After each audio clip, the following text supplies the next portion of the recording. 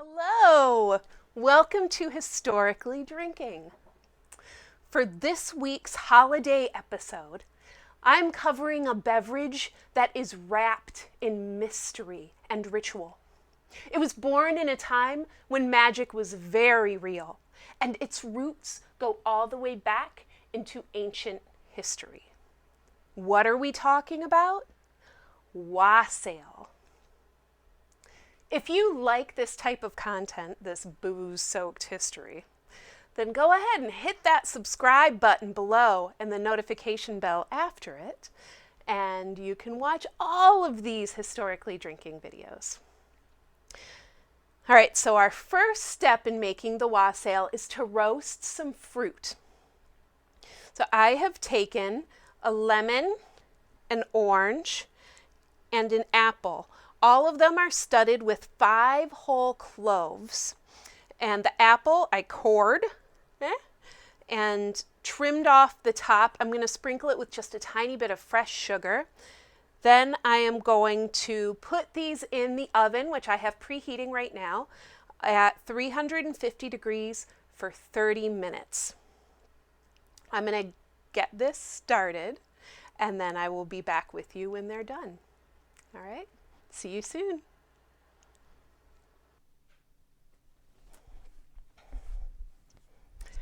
Okay, I'm back with my roasted veggies fresh out of the oven. I'm just going to take these and put them in my pan. There we go. Now I'm going to get this thing out of my way.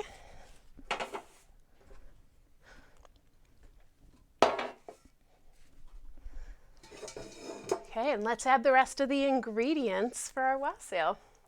So I have a half a gallon of apple cider here. I'm going to pour this right in. Half a gallon is 8 cups.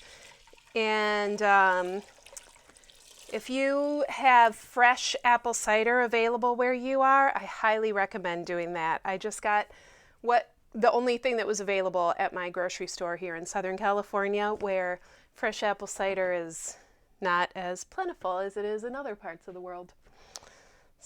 And then to this, I'm going to add 1/4 cup of honey. I recommend a raw honey. And then after the honey, I'm going to put in the booze. Now, you don't have to add alcohol to this. This can be an alcohol-free concoction if you would prefer. So this is Madeira. I would recommend using an amontillado sherry. This happens to be what I have on hand, and it's very similar to the Amontillado sherry, so it works. This is Blandy's Rainwater Madeira. It's like a semi-sweet Madeira. So I'm going to put 1 cup of this in.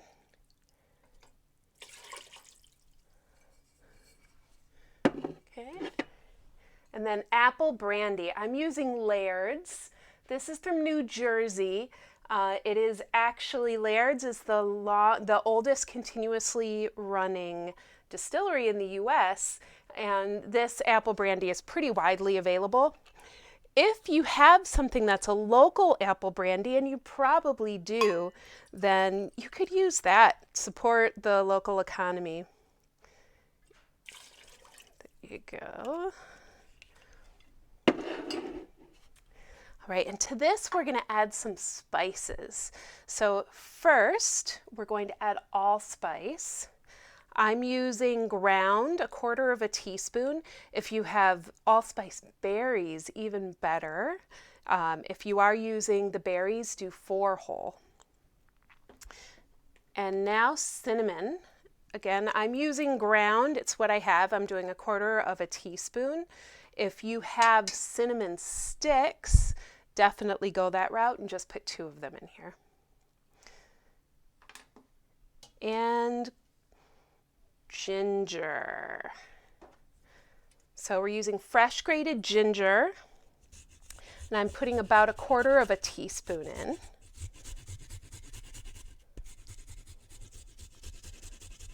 Oh, the ginger smells divine. There we go. That looks like about a quarter of a teaspoon there. Just gonna scrape it off. There we go. Okay, and now nutmeg. I'm also going to grate some fresh nutmeg in here. And I'm going to do roughly a quarter of a teaspoon, just a few grates. All right, and that's everything. Now, because I want to be able to drink some of this delicious stuff while I'm telling you the story, I'm going to go put it on the stove, get it nice and hot and ready to drink, and then I'm going to come back and we'll talk about the history of the drink. Okay, see you soon. Okay, I am back with my steaming hot wassail. I don't know if you can see the steam coming off of this. It looks and smells delicious. Now, something really nice to do and something that touches back on a traditional way of serving wassail is to serve it with a dry cookie or a sweet bread of some sort. So I have some ginger snap cookies here. And then you just dip it in and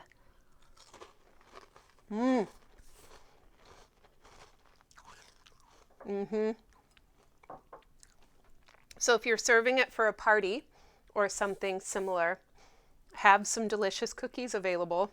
It's awesome. But let's actually try our wassail. Oh, it's hot.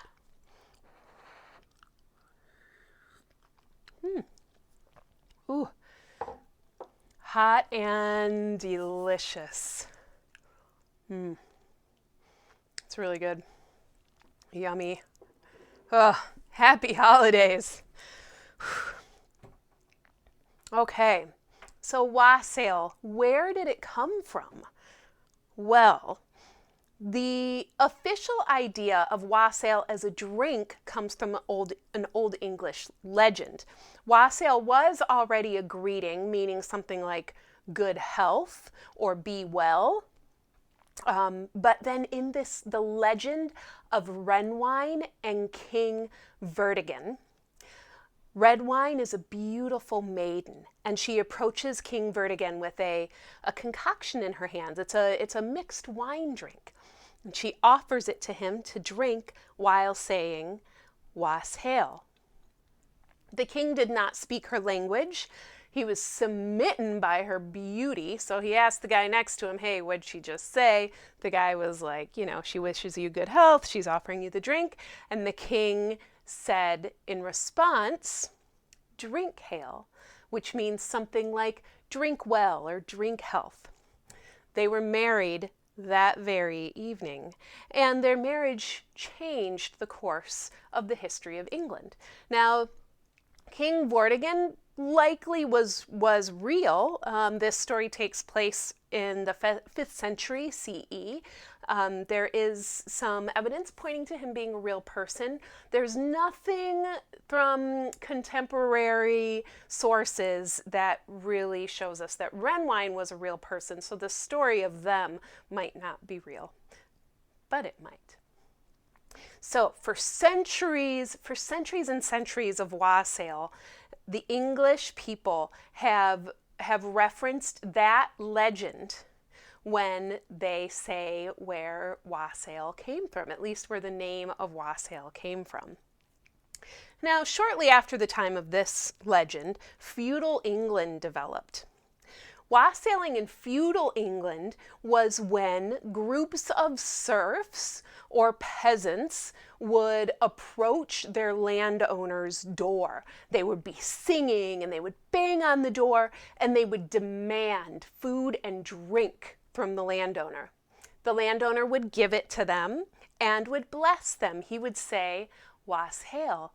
They would respond, drink hail, and they would eat the food and drink the beverages, and then be on their merry way. This practice developed and spread, and eventually people would go to all of the rich people's houses around. Or if they lived in the city, it would be groups of mostly men, of more lower class men, who would go also from door to door in the city. So they would bang on the doors, they would sing songs, they would be loud and rowdy, and they would demand food and beverage, just like those peasants and serfs did. If the owner of the house gave them the food and beverage and bid them wassail, then they would say, drink hail, they would consume, they would drink, and they would be on their way. If the owner refused to give them food and drink, then they could become destructive in the most extreme of circumstances, barging into people's houses and breaking stuff up.